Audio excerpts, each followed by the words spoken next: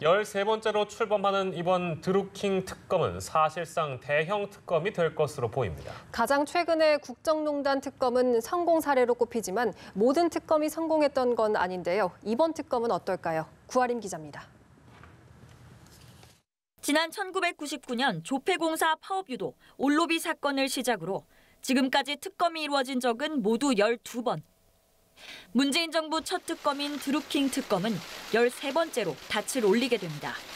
규모는 최대 87명으로 소규모였던 2012년 내곡동 특검과 100여 명 규모로 이루어졌던 국정농단 특검의 중간인 중대형 특검이 될 것으로 보입니다.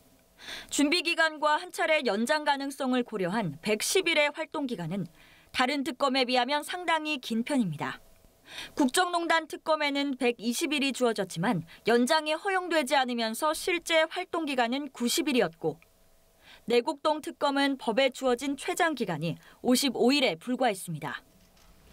국정농단 사건을 수사한 박영수 특검팀은 박근혜 전 대통령을 비롯해 정권 실세 30여 명을 재판에 넘겼고 대부분이 1심에서 유죄 판결을 받았습니다. 김대중 전 대통령 시절 대통령의 측근들을 구속시킨 2001년 이용호 게이트 특검 역시 성공한 특검 중 하나입니다.